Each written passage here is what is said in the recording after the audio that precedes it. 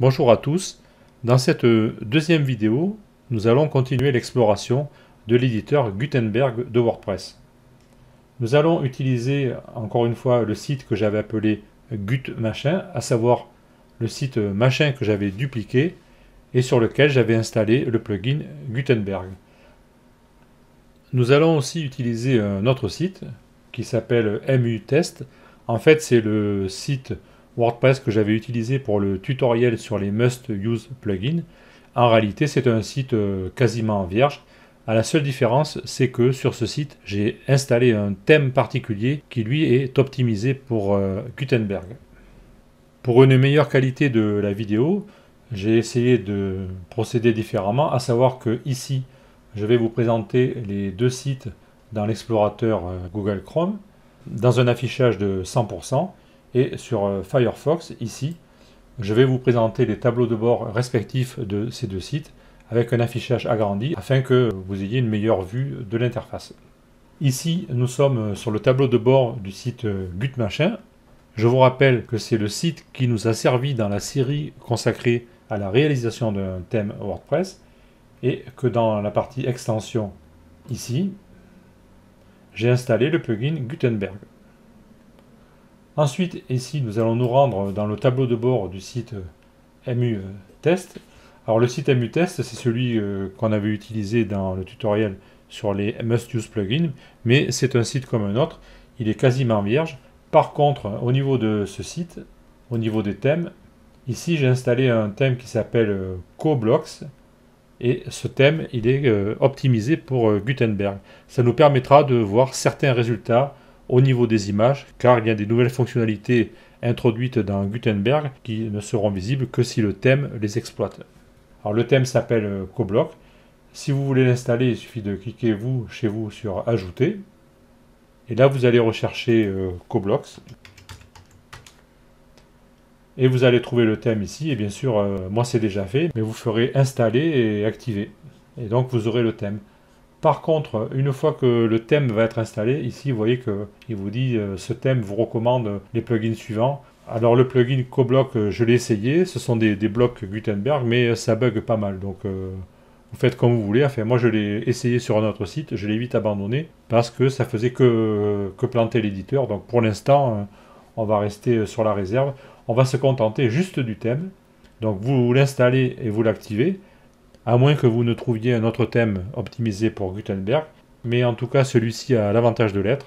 Donc, nous allons travailler avec ce thème. Nous avons donc planté le décor et nous allons pouvoir commencer notre étude. Alors n'oubliez pas qu'en ce moment, là, alors nous sommes maintenant fin août 2018, Gutenberg est modifié très régulièrement, donc il se peut que l'aspect des menus et de certaines icônes ait changé entre cette vidéo, même la précédente, c'est sûr, et l'état actuel de Gutenberg. Certaines fonctionnalités supplémentaires sont aussi apparues, par exemple au niveau des articles ici. Dans le menu local du bloc, il y a deux nouvelles entrées qui n'étaient pas avant, insérer avant et insérer après, qui ont été rajoutées. Donc ces deux lignes de menu, si vous avez regardé la vidéo numéro 1, elles n'y étaient pas dessus, donc il ne faut pas vous étonner si certaines fenêtres sont un peu différentes, si certains nouveaux menus comportent plus de lignes qu'avant. Gutenberg est en pleine évolution, certains bugs sont corrigés, des choses sont ajoutées, donc c'est tout à fait normal, même au niveau des icônes ici. Si vous comparez avec la vidéo précédente, vous allez voir que les icônes ont été améliorées. Il y a même ici, je crois, ici, les icônes qui sont passées en couleur, comme ceci. Donc ne vous étonnez pas, hein, le Gutenberg, c'est vraiment quelque chose qui est en train de bouger, d'évoluer, d'être amélioré. Le décor est planté, nous allons pouvoir commencer à étudier nos nouveaux blocs. Je vais me positionner dans le site Gutmachin, au niveau de la partie article et je vais créer un nouvel article. Donc je clique sur le bouton ajouter et je crée un article comme ceci. Je saisis le titre, je clique en dehors du titre pour sortir de la saisie du titre et ici je vais créer quelques paragraphes. Alors pour ce faire, je vais copier du texte que j'ai préparé ici dans une autre fenêtre. Donc je fais CTRL-C, je me mets ici dans la zone de saisie, je colle mon texte, voilà, comme ceci. Donc il m'a fait plusieurs paragraphes. En réalité, il m'a fait 2 paragraphes ici, parce que dans le texte que j'ai collé, il y avait un saut de ligne au milieu. C'est pour ça qu'il a créé 2 paragraphes. Donc je continue. Je vais faire entrer ici. Je vais saisir une autre partie de texte que je vais coller comme ceci. Voilà, j'ai donc un article avec une quantité de texte assez importante. Vous comprendrez pourquoi tout à l'heure. Je vais publier comme ceci. Alors rappelez-vous que la publication se fait en 2 temps. On clique d'abord sur le bouton publier et on peut choisir dans un deuxième temps les paramètres de publication. Moi, je les laisse tels qu'ils sont. Je clique donc à nouveau sur le bouton ici, publier, et je vais cliquer sur cette croix pour fermer le panneau de publication et retrouver ici mon panneau avec les 2 onglets documents et blocs. Pour voir mon article, je vais passer dans l'autre navigateur. Rappelez-vous que ici, je suis en affichage 133% ici pour que vous voyez mieux l'interface. Et au niveau du site, ici, dans Google Chrome, j'ai pris l'affichage 100% car on aura besoin tout à l'heure avec les images d'avoir une vision globale. Je vais donc rafraîchir ici. Non, c'est l'autre site, pardon. Donc je fais le blog et mon article Gutenberg, je l'affiche et je vois donc le texte que j'ai saisi qui s'affiche. Donc là, rien de sensationnel, ce sont des paragraphes ordinaires. Maintenant, nous allons mettre des titres à l'intérieur. Je retourne donc ici dans l'éditeur et je vais insérer des sous-titres H2. Je vous rappelle que ici nous avons un titre qui sera vraisemblablement traité comme un H1 par le thème. Et si nous mettons des sous-titres, à ce moment-là, il faut utiliser la hiérarchie. Donc je vais me positionner au niveau du premier bloc ici. Je vais cliquer sur insérer un bloc. Avant cela, je vais quand même vous rappeler ici que 2 nouvelles lignes ont fait leur apparition, à savoir insérer avant et insérer après. Nous ne pouvions pas le faire, si vous vous rappelez bien, dans la première vidéo. Je vous avais dit que pour insérer quelque chose après un bloc, il fallait soit être sur le dernier bloc, ou bien se mettre sur le bloc d'après, comme ceci, et cliquer sur le bouton plus. Donc maintenant, apparemment, de n'importe quel bloc, on peut choisir d'insérer avant et après. Alors ici, je vais cliquer sur insérer avant, et je vais taper ici, sous-titre 1, comme ceci. Alors là, qu'est-ce qui s'est passé? J'ai tapé directement du texte et j'ai créé un paragraphe. Donc c'est pas ce que je voulais faire, mais j'ai la possibilité quand même de modifier le type de mon bloc. Vous voyez qu'ici, je peux cliquer sur modifier le type de bloc. Et à ce moment-là, je vais cliquer sur titre. Et là, je choisis un H2. Maintenant, j'aurais pu le faire directement, par exemple ici. J'aurais pu insérer un bloc en cliquant ici. Ici, cliquer sur le bouton plus avant de saisir mon bloc. Et là, j'aurais pu choisir le titre. Ceci, c'est pour vous rappeler que certains blocs sont transformables. À savoir que juste avant, j'ai fait un bloc de type paragraphe et je voulais un titre et j'ai pu le transformer en bloc de type titre, mais on ne peut pas faire ça avec tous les blocs. Donc là, maintenant, je vais taper, alors qu'est-ce que j'avais mis là? Sous-titre 1, je vais taper sous-titre 2, comme ceci. Alors rappelez-vous qu'une fois que nous avons fini la saisie, nous pouvons cliquer en dehors du bloc dans un élément vide du document, comme ici, pour sortir de la saisie. Et là, ce que je vais faire, je vais vous montrer une troisième façon de saisir un bloc comme ici, à savoir de dupliquer le bloc, puisque je veux faire un autre sous-titre. Je vais donc cliquer ici et choisir dupliquer. Il va me dupliquer le bloc. Je vous rappelle que si je clique en dehors ici, j'ai 2 fois le même bloc. Je vais pouvoir, à l'aide des flèches, le déplacer. Alors là, j'étais un peu loin. Le déplacer par exemple ici. Et là, je vais corriger, je vais l'appeler sous-titre 3. Et je vais sortir ici de la saisie en cliquant sur un endroit vide du document. Je vais cliquer sur mise à jour pour mettre mon article à jour. Je vais effacer cette notification ici sur fond vert car rappelez-vous que dans certains cas elle peut m'escamoter ou m'effacer les menus qui sont en dessous. Donc souvent moi je l'efface comme ceci. Je vais revenir sur le site. Je vais rafraîchir. Et là je vois mes sous-titres qui s'affichent. Il n'y a pas de problème. Je vais revenir à l'éditeur. Et maintenant, nous allons cliquer sur le bouton I, ici, c'est-à-dire structure du contenu. Et là, je vois qu'il va me donner une structure de mon contenu en fonction des titres et des sous-titres. Donc cela peut être fort utile. Et ici, j'en profite aussi pour vous rappeler que dans la vidéo précédente, j'avais rencontré des bugs. Je ne sais pas si je vous en avais parlé. Souvent, ça se cafouillait un peu si on effaçait des paragraphes ou si on a rajouté. Les informations qui étaient données ici n'étaient plus trop justes. Il fallait mettre à jour l'article et le rouvrir et recliquer sur le bouton I pour avoir des informations correctes. Mais apparemment, il semble qu'ils auraient corrigé ce bug puisque je n'ai plus retrouvé ce genre d'erreur. Donc ici, nous avons un aperçu du document avec sa structure. Et éventuellement, nous pourrions rajouter, si je voulais par exemple ici créer un autre paragraphe comme ceci. Donc là, je vous rappelle, je suis rentré dans le paragraphe, j'ai positionné le curseur et j'ai appuyé sur la touche Entrée. J'ai donc scindé mon paragraphe en deux. Je peux cliquer en dehors ici de la zone. Je peux cliquer sur le bouton plus ici pour rajouter un nouveau bloc.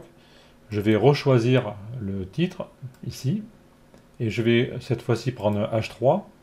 Et là, je vais taper par exemple alinéa 1. Et je clique en dehors de la zone du titre. Maintenant, si je reviens sur le bouton I ici, je vais voir que mon alinéa ici s'est placé dans la hiérarchie. Donc ça peut être fort utile pour vous montrer la structure de vos documents. Je mets à jour l'article, je reviens ici sur le site, je rafraîchis et je vois que mes titres s'affichent correctement. Nous allons revenir dans l'éditeur et nous allons examiner une fonctionnalité intéressante. D'abord ici je vais corriger, là, ceci il manque un espace.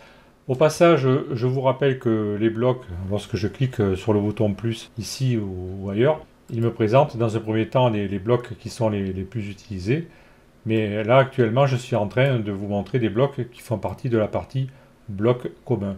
Mais vous vous rappelez que lorsque vous utilisez certains blocs, ils se retrouvent ici dans la partie les plus utilisés. Maintenant nous allons examiner ici une possibilité qui nous est donnée sur les titres. Alors je vais sélectionner un bloc qui contient un titre, comme cet alinéa ici par exemple, et je vois que dans Avancer ici, j'ai la possibilité de mettre une encre HTML. Une encre HTML en fait c'est une partie de code qui nous permet de localiser une partie de page et d'y faire appel après avec un lien. Alors pour ce faire, il suffit de sélectionner ici le texte et dans la partie encre, de donner un nom à notre encre. Alors je vais l'appeler par exemple alinéa, comme ceci. Alors ici, on ne mettra pas d'accent, pas d'espace, etc. parce que c'est un terme qui va être utilisé au niveau du code. Je mets ici alinéa, je clique en dehors de la zone pour valider ma saisie. Rien n'a changé à l'affichage ici de mon titre.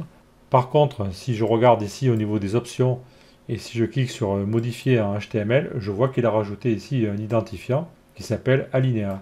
Donc l'encre consiste à rajouter un identifiant à notre élément. Donc je reviens ici dans l'affichage modifier visuellement. Je note bien le nom que j'ai mis, ça s'appelle alinéa. Et à partir de maintenant, je vais pouvoir dans un lien faire référence à cette encre pour me déplacer au niveau de cet élément de la page. Alors je vais remonter en haut de mon document ici, et par exemple au niveau du texte ici, je pourrais mettre entre parenthèses voir alinéa 1, faire entre parenthèses ou pas, hein, c'est pas obligatoire, et à partir de ce texte ici, je vais pouvoir créer un lien en le sélectionnant comme ceci, et en cliquant sur le bouton créer un lien, et à ce moment-là, ici, je vais mettre l'encre que j'ai créée. Alors ici, il y a un piège. Il ne faut pas mettre le nom directement. Vous voyez que si vous mettez le nom simplement et que si vous faites Entrée, à ce moment-là, si je vais voir au niveau du code, enfin même pas, je n'ai pas besoin, je resélectionne ici et je clique sur le crayon. Il a cherché à créer une adresse, une URL avec le protocole HTTP, donc ça ne va pas. Il ne faut pas mettre le nom seul, il faut mettre un dièse avant, comme ceci. Je mets un dièse et je valide. Et maintenant, si je modifie mon lien, par contre, j'ai dû me mélanger là, je recommence. J'ai dû faire une erreur, donc je recommence, je vais recréer mon lien. Et je crée donc, avec un dièse et je mets le nom de l'encre, alinéa, comme ceci. Et j'appuie sur la touche Entrée. Et maintenant, si je clique à nouveau sur le crayon, je vois bien qu'il n'a pas rajouté le protocole HTTP. Donc là, je sors ici en cliquant dans un endroit vide du document et je vais mettre à jour. Donc je vois ici que j'ai un lien. Au niveau de mon sous-titre alinéa, rien n'est visible, mais l'encre est bien à l'intérieur. Je reviens sur le site ici. Je vais rafraîchir la page, bien sûr. Et là maintenant, je vais cliquer sur le lien ici. et je vois que je vais aller directement à l'endroit où il y a mon alinéa. Alors bien sûr, il ne m'a pas mis en haut de la page parce qu'il n'y avait pas assez de texte, c'est en fonction de la taille de la page. On peut le contrôler si vous voulez en dupliquant ce bloc deux fois. Donc je vais prendre dupliquer, dupliquer. Donc je rajoute la quantité de texte, je fais mise à jour. Je reviens sur le site, je rafraîchis le site. Donc ici on a plus de texte qu'avant. Maintenant si je me repositionne sur mon lien ici, voilà, il va me faire remonter au niveau du lien qui correspond à l'encre, ici. Donc ça c'est bon à savoir dans vos documents. Si vous avez des portions de texte très longues, vous pouvez faire des encres nommées, c'est le terme, on appelle ça une encre nommée, c'est du HTML. Et vous pouvez ainsi faire naviguer le visiteur d'une partie à l'autre de votre texte en utilisant un lien qui va pointer vers l'encre nommée. Maintenant, nous allons examiner comment insérer les images avec Gutenberg. Alors pour ce faire, je me suis positionné cette fois-ci sur le site MUTest qui utilise le thème Coblox, qui lui, je vous le rappelle, était optimisé pour Gutenberg.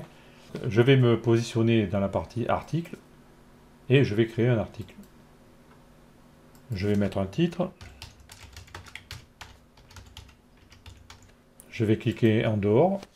Et maintenant, je vais insérer une image. Alors, je vais quand même insérer un petit peu de texte avant pour pas que mon article soit trop vide. Donc je prends un bloc de texte ici, je copie ici et je vais le dupliquer.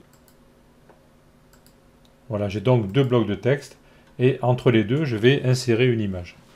Alors les images se trouvent ici au niveau des blocs. Alors je vais replier la partie les plus utilisées pour vous montrer la hiérarchie. Donc il y a les blocs communs, c'est-à-dire ce qu'on est en train de regarder. Alors, nous avons vu les paragraphes dans la vidéo précédente. Nous allons voir les images maintenant. Nous avons vu les titres juste avant. Nous avons effleuré les galeries dans la première vidéo, rappelez-vous. Nous avons des listes, etc., dont nous le verrons plus tard. Et ensuite, nous avons des blocs consacrés au formatage, du code, des tableaux, du HTML personnalisé, etc. Nous avons aussi des éléments de mise en page, des sauts de page, des colonnes, des boutons, des séparateurs, etc. Alors là, il y a un peu à boire et à manger, à savoir que le séparateur, en fait, il s'agit d'un div qui est vide. Et ça, au niveau des recommandations du consortium CSS, c'est pas très bon. Mais enfin bon, le problème, je vous rappelle que cet éditeur Gutenberg, il a été créé dans le but un peu de rattraper la concurrence qui est créée par Wix et compagnie. Donc dans le temps, on tombe sur des trucs qui ne sont pas vraiment conformes aux recommandations du W3C, voilà, dans le World Wide Web Consortium. Donc je passe. Ensuite, nous avons des widgets que nous pourrons utiliser, à savoir les derniers commentaires, les archives, etc. Ça, ce sont des éléments qui, avant, on pouvait les trouver dans la sidebar de nos sites. Et nous avons aussi des inserts tout près, à savoir on peut insérer une vidéo YouTube, on peut insérer un tweet, etc. Ça, on verra plus tard. Alors, je reviens ici au niveau des blocs communs et nous allons insérer une image. Alors, par contre, là, si je clique avec ce bouton, rappelez-vous, je vais l'insérer à la fin de mon document et c'est pas ce que je veux. Moi, ce que je veux, c'est l'insérer entre les deux paragraphes. Donc, je vais cliquer ici là pour annuler ce que j'ai fait. Je vais me positionner ici au niveau du deuxième paragraphe et je vais cliquer sur le bouton plus. Et maintenant, je vais cliquer sur le bouton plus d'insertion d'ajout d'un bloc. Et là, je vais choisir image. Alors, image, elle est ici. Je vais la prendre ici. Ça m'évite de descendre et d'ouvrir ce bloc commun et de la choisir là. Donc, vous, si vous ne l'aviez pas encore utilisée, elle ne serait pas encore dans la partie les plus utilisées. Il faudrait donc que vous alliez la chercher dans bloc commun. Je clique donc sur image ici. Mon bloc se rajoute et je peux rajouter une image soit en la faisant glisser ici à partir d'un répertoire ou bien en la choisissant à l'intérieur de la bibliothèque de médias. Comme j'ai déjà l'image que je veux utiliser, je vais cliquer sur bibliothèque de médias ici et je vais choisir cette image Dark Shadow qui fait 2000 pixels de large. Je vous le fais noter au passage. Donc je clique sur sélectionner et mon image va se trouver insérée en tant que bloc. Je vais la centrer. Je vais rajouter ici une petite légende.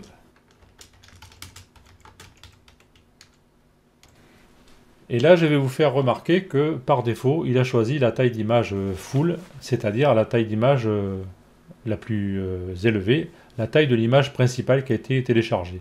Et cette image, elle fait 2000 pixels de large. Donc je vais publier ici mon article. Rappelez-vous, ça se fait en deux temps la première fois, donc je clique deux fois puisque je ne veux pas modifier les paramètres de publication. Je vais fermer ici la barre de publication et je vais retrouver ma barre ici avec les deux onglets. Je vais passer au niveau du site et je vais rafraîchir. Et donc je vais ouvrir mon article ici et je vois mon image. Mon article est donc ici, affiché dans le thème Coblox. Au passage, je dois vous informer que j'avais coupé la vidéo et j'ai fait une inversion. Ce que je voulais vous montrer au niveau de l'article, je voulais vous le montrer dans Firefox. Donc j'ai pris Firefox pour afficher les articles à l'échelle 1 et j'ai pris Google Chrome pour afficher le tableau de bord avec un facteur de zoom ici de 125 pour que vous ayez une meilleure vue de l'interface. Donc j'ai inversé les deux navigateurs parce que pour moi c'était plus pratique de travailler maintenant dans l'outil de développement de Firefox par rapport à celui de Google Chrome que je connais moins. Donc voilà ce que je voulais vous signaler, mais ça ne change rien pour les explications. Donc maintenant j'affiche mon article dans Firefox. Je vais pouvoir faire apparaître avec la touche F12 les outils de développement comme ceci. Et je vais me positionner sur l'onglet réseau, j'y suis déjà. Je vais recharger la page ici. Au passage, je vous fais remarquer que ici, j'ai filtré au niveau des images. Par exemple, vous, si vous l'utilisez pour la première fois, ou enfin, si vous l'utilisez dans son état standard, il va être réglé sur tout et il va vous afficher tous les fichiers qui sont téléchargés à travers le réseau. Donc nous, pour ce que nous allons faire, nous avons besoin de contrôler les images. C'est pour ça que je vais cliquer ici sur ce petit bouton Images pour qu'il ne m'affiche que les images qui sont téléchargées dans ma page. Et bien sûr, à chaque fois que j'ai un doute, je rechargerai la page pour être sûr d'avoir la dernière version. Donc maintenant que j'ai fait ça, ici je vois que l'image téléchargée, c'est l'image Dark Shadow image 08.jpg, donc c'est l'image originale. On voit bien en bas qu'elle fait 2000 pixels de large. Et je vois que je l'affiche ici dans une taille. Alors pour le savoir, je vais cliquer ici sur le bouton d'inspection ici et je vais survoler mon image. Je vois qu'il me l'affiche dans un emplacement qui fait 720 de large. Donc quelque part c'est du gaspillage puisque je prends une grosse image et je l'affiche dans un petit emplacement. Par contre, on peut quand même constater que les choses sont assez bien faites. Si je clique ici avec le bouton droit de la souris sur examiner l'élément, je vais me trouver sur la balise image. Je peux l'ouvrir ici en faisant un clic modifier comme HTML. Oui, c'est avec le bouton droit de la souris toujours. Je clique sur modifier comme HTML et je vais m'apercevoir que ici, nous avons une balise image qui possède, en plus de toutes ces classes, un attribut src7 qui va lui communiquer un ensemble d'images et un ensemble de tailles, et on voit qu'en fonction de la taille du viewport, c'est une certaine image qui va s'afficher, mais dans notre contexte, c'est l'image maximum qui s'affiche. Pour voir comment cela fonctionne, je vais revenir sur l'onglet réseau, ici. Je vais faire apparaître l'outil de simulation de taille du viewport avec les touches CTRL majuscule M, comme ceci. Je vais revenir où j'étais au départ, c'est-à-dire dans une taille assez large. Je vais recharger la page pour être sûr d'avoir la dernière version. Donc j'ai toujours l'image avec 2000 pixels de large qui est téléchargée. Maintenant je vais réduire progressivement la taille du viewport comme ceci avec ce bouton à l'angle et je vais vous demander d'observer cette partie de l'écran ici en bas à gauche pendant que je réduis la taille de l'écran. Donc je réduis ici comme ceci et puis à un moment donné, voilà, vous voyez une nouvelle image qui s'est chargée. L'image 1024 par 682. Donc cette image s'est chargée pour un viewport qui faisait 988 pixels. Donc je pense que la barrière, ça doit être 1024 ou quelque chose comme ça. Et ça, bien sûr, ça dépend du thème aussi. Si je recharge la page, comme ceci, je vais voir que dans ce contexte, c'est l'image qui fait 1024 pixels qui se charge. Si je continue à réduire la largeur de mon viewport, à un moment donné, je vais voir une nouvelle image qui va se charger, une image qui fait 768 pixels de large, et je vois ici que elle apparaît pour apparemment un viewport qui doit être en dessous de 768. Si je recharge encore une fois, n'oubliez pas de recharger, ça vous donnera l'état correspondant à cette largeur de viewport. Car lorsque je simule une réduction de largeur, bien sûr, ça fait intervenir du JavaScript qui va charger une nouvelle image, mais dans la réalité, l'internaute, il a un écran qui fait une taille fixe, il ouvre la page. Donc pour se placer dans la situation de l'internaute, il faut bien sûr à chaque fois recharger votre page. Et encore une fois, si je continue à réduire, à un moment donné, ici, je vais faire apparaître l'image qui fait 300 pixels de large. Donc c'est quand même assez bien fait. Par contre, au niveau d'un écran assez large comme un PC, je vais avoir un gaspillage parce que ici, je m'aperçois que, encore une fois, au niveau de mon élément, il a une taille de 720 pixels. Donc ça ne sert à rien d'y mettre une image qui fait 2000. Alors je vais revenir ici avec les touches CTRL majuscule M à une taille normale. Je vais revenir dans l'éditeur. Et cette fois-ci, je vais par exemple prendre l'image large.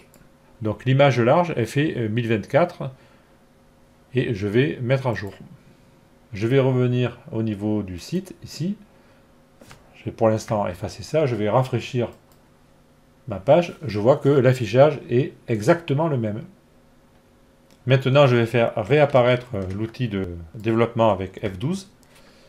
Je vais revenir sur l'onglet réseau. Je suis toujours positionné sur un filtrage avec les images. Je vais recharger ma page pour montrer les images qui se chargent. Et là, je vois que c'est l'image qui fait 1024 pixels qui se charge. Et là, je n'ai pas en gros de gaspillage puisque mon emplacement, il fait toujours, lui, 720 pixels. Donc dans ce cas, l'image 1024 suffirait. Même mieux que cela, à travers ce thème, on pourrait même se contenter, si je reviens ici, de l'image qui s'appelle médium large, qui fait 768 pixels de large. Donc cette image médium large, c'est une taille standard de WordPress. Vous allez donc la retrouver sur tous vos sites. Je vais mettre à jour. Je vais revenir sur l'article. Je vais rafraîchir. Je vais revenir sur l'onglet réseau. Et là, cette fois-ci, je vois que c'est l'image 768 pixels de large qui est chargée. Et j'ai toujours la même qualité d'affichage au niveau de l'écran. Donc ça, pensez-y au niveau des images. C'est très important l'optimisation. Et sachez aussi que Google, il est capable de mesurer le temps de chargement de vos pages. Et si vos pages sont trop lourdes et mettent trop de temps à se charger, il peut les déclasser en considérant que votre contenu n'est pas intéressant pour l'internaute. Donc ça, il faut le savoir. Pensez bien, quand vous insérez une image dans un article, vérifiez les paramètres. Et là, vous voyez que je suis passé d'une image qui faisait 2000 pixels à une image qui fait 768 pixels. Et pour mieux vous faire comprendre ceci, je vais vous montrer ici une vue du dossier qui contient les images de notre site. Donc vous reconnaissez l'image que j'ai téléchargée dans toutes ces versions. Si je prends l'image de base qui est ici, qui fait 2000 pixels de large, elle a une taille en kilooctets de 520 kilooctets. Et si je prends la dernière image que nous avons utilisée, à savoir la médium large qui fait 768 par 512, ici, je vois qu'elle a une taille de 46 kilooctets, donc il y a un rapport de presque 12, je dirais. Donc en tout cas, elle est plus que 10 fois plus légère que l'image originale. Et pour le même résultat affiché à l'écran. Donc ça, c'est hyper important. C'est pour ça que j'insiste très lourdement là-dessus. C'est un aspect très important de la qualité de votre site web. Maintenant, nous allons nous intéresser aux deux nouvelles classes qui ont été introduites avec Gutenberg, à savoir Align Wide et Align Full ici. Alors, nous allons commencer avec, rapidement avec Align Wide ici. Donc là, l'image va être en gros affiché sur une largeur maximum d'un conteneur. Alors ça, c'est défini dans le thème. Je ne sais pas trop comment CoBlock le gère, on va le voir ensemble. En fait, je découvre aussi un peu les choses avec vous, je ne vous le cache pas. C'est tout à fait une chose nouvelle, ce Gutenberg. Par contre, ici, étant donné que je vais afficher une image plutôt large, je vais reprendre la large, par exemple, ici, pour avoir plus de gamme. Et je vais mettre à jour. Et je vais revenir dans le site pour voir ce qui se passe. Je rafraîchis. ici, et là je vois une image qui s'affiche un peu plus large que le texte. Je vais faire réapparaître l'outil de développement, ici, et je vais un petit peu inspecter avec cet outil là. Donc là j'ai le paragraphe, je vois. Bon, apparemment tout le contenu est limité à 760. Et ici, là, je vais avoir l'image qui a une largeur de 2024. Donc en cherchant un petit peu, avec le bouton droit, je vais inspecter, je vais examiner ici. C'est une image qui est dans une figure qui a une classe Align Wide. Je vais chercher au niveau de l'image, ou tout au moins de la figure. Ben, je vais le trouver ici, voilà. Donc je vais trouver une classe Align Wide avec la classe WP bloc quelque chose. Donc celle qui nous intéresse, elle est ici, là voilà. Donc, pour cette classe parmi toutes les autres, je vois que j'ai une largeur maximum 2024. Donc c'est le thème qui a interprété la classe Align Wide de cette façon. Je vous rappelle encore une fois que c'est le thème qui doit traiter la classe. Gutenberg n'a fait que ajouter cette nouvelle classe, mais vous, en tant que développeur de thème, vous devez prendre en compte le CSS qui va mettre en place cette classe. D'ailleurs, on peut... Ensuite, au niveau de la balise IMG ici, je peux vous faire remarquer encore une fois. Alors n'hésitez pas, quand vous examinez le code comme ceci, à entrer en édition, car on voit pas forcément ici, vous voyez qu'il y a des petits points, on voit pas l'intégralité du code. Donc souvent, il vaut mieux faire un clic droit et cliquer sur modifier comme HTML, et là on va voir le contenu entier du code HTML. On a encore un attribut src7 qui contient une série d'images, et donc si je reviens ici dans réseau, je filtre sur les images, alors je vais rafraîchir dans un premier temps. Si je fais réapparaître l'outil de débugage, je vais voir encore une fois qu'il y a une gestion des images qui se crée. Je vois ici que dans cette taille, il me crée la 768 pixels de large. Si je réduis encore un petit peu, il va me faire apparaître, alors je n'oublie pas de réactualiser l'image qui fait 300, vous voyez qu'il va gérer les tailles d'image jusqu'à afficher ici, en rechargeant, l'image qui fait 1024. Donc voici pour l'image dans la classe Align Wide. Maintenant nous allons regarder ce qui se passe avec la classe Align Full. Je reviens dans l'éditeur Gutenberg et cette fois-ci je vais sélectionner la classe Align Full, comme ceci.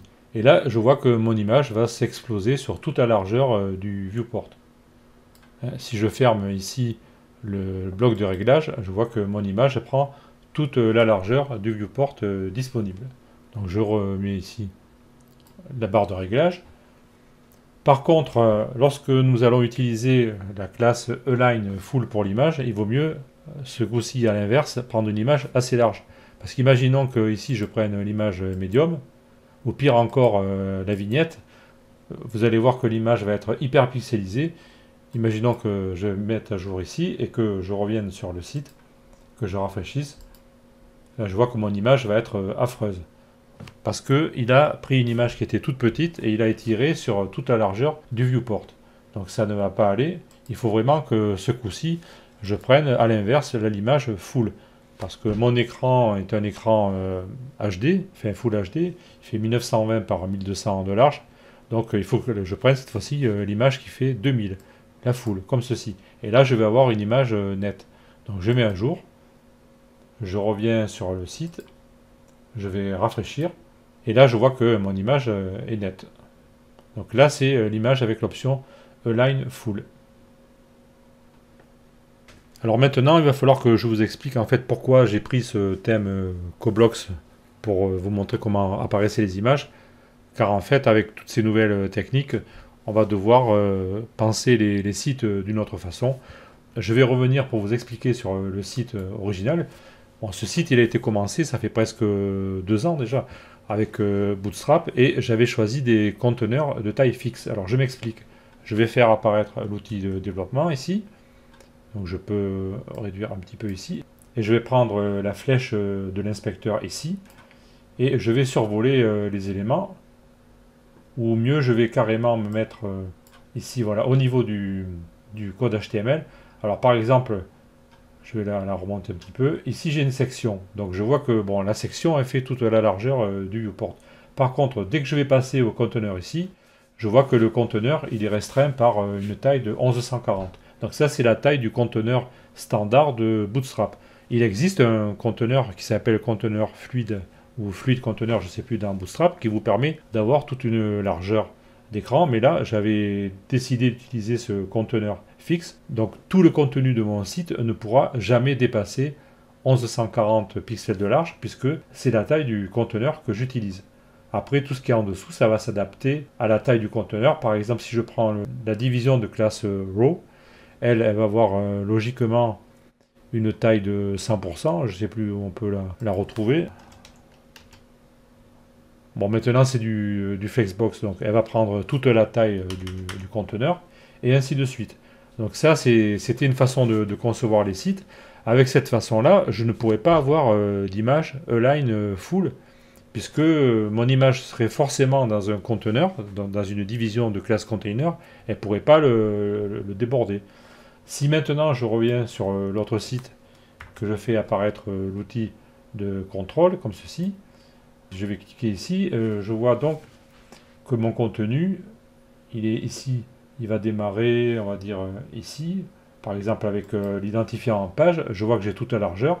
Si je descends ici, j'ai le content ici qui va faire toute la largeur.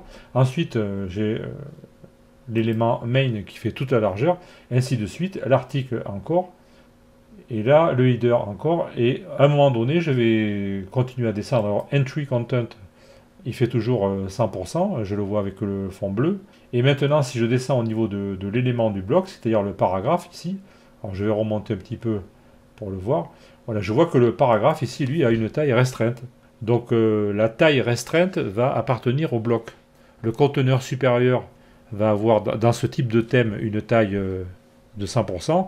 Pour que notre image fasse 100% du viewport, il suffira de définir la largeur de son bloc à 100%. Et c'est ce qui se passe ici. Donc au niveau de l'image, si je vais la chercher, donc logiquement, alors je l'avais noté, c'est la classe Align Full IMG logiquement. Alors je vais refiltrer ici. Là.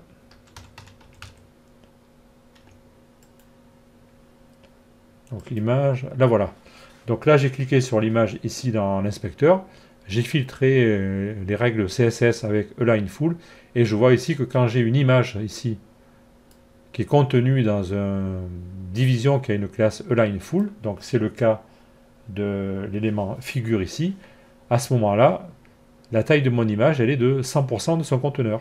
Et son conteneur, c'est l'élément figure qui, lui, si je clique dessus, il fait 100% du viewport. Donc voilà comment ça fonctionne. Il faut que votre thème, encore une fois, prenne en compte toutes les caractéristiques qui vont faire que vos images vont prendre toute la largeur du viewport.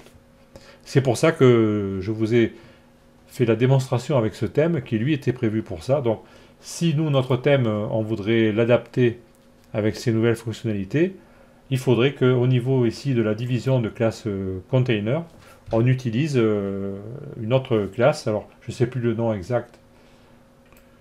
Donc, je vais sur le site de Bootstrap, documentation, et là, je vais taper container. Je ne me rappelle plus du nom de la classe parce que, en fait, je ne l'ai jamais utilisé.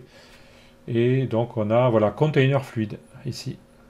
C'est la classe qui permet d'avoir toute la taille du viewport. Donc si nous voulions utiliser cette fonctionnalité avec le thème qu'on a démarré, là, ça fait presque 2 ans, il faudrait qu'on le réadapte en utilisant un container de classe fluid container.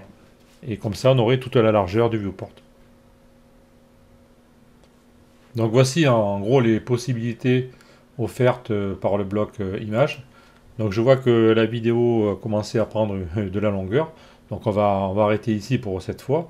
Mais je préfère bien aller au fond des choses parce que ça sert à rien de dérouler tous les types de blocs et tout. En plus la moitié ne servent à pas grand chose. Il vaut mieux étudier les blocs principaux et voir exactement comment interagir avec le thème et le code. Enfin moi c'est ma méthode, c'est comme ça que je pense. Donc là dans cette vidéo nous aurons vu que les titres et les images. Enfin nous avons été un peu en profondeur. Je pense que je vais carrément créer une playlist pour Gutenberg parce que j'ai encore beaucoup de choses à essayer de vous expliquer. Donc là, on va arrêter cette vidéo-là, puisque on a déjà dépassé les 40 minutes, c'est pas la peine hein, de faire une vidéo qui dure 3 heures. Dans une prochaine vidéo, on verra les blocs images de couverture, etc. On va continuer à explorer les blocs intéressants. Donc, voilà, n'hésitez pas à expérimenter, hein. Là, tout ce que je vous ai expliqué, je le découvre plus ou moins avec vous, en expérimentant. Pensez bien à regarder le code, regarder ce qui se passe au niveau du code, etc. Expérimentez, essayez, testez, trompez-vous. Et surtout, pensez bien à optimiser vos sites. Là, on vient de le voir avec les images, avec l'image de 2000 pixels qui s'affichait dans un emplacement de 768. Donc, pensez bien à détecter tous ces problèmes pour que vos sites soient les plus performants possibles et que Google les voit d'un bon œil. Voilà, je vous dis à bientôt dans une prochaine vidéo qui sera consacrée encore à Gutenberg. Et je pense que au niveau de la série du thème, je vais peut-être envisager de transformer le thème, comme on vient de le voir avec ces histoires de containers fluides, pour utiliser toute la largeur de viewport, pour pouvoir incorporer des images align wide. Voilà, j'espère que ce tutoriel vous aura appris certaines choses encore et je vous dis à bientôt. Et je vous remercie pour votre fidélité, car en fait la chaîne YouTube, on est presque à 100 000 vues. On est à 19 000 et quelques, donc je pense que d'ici quelques jours, je vais dépasser les 100 000 vues. Donc, ça c'est grâce à vous et je vous en remercie encore une fois et je vous dis à bientôt pour la suite.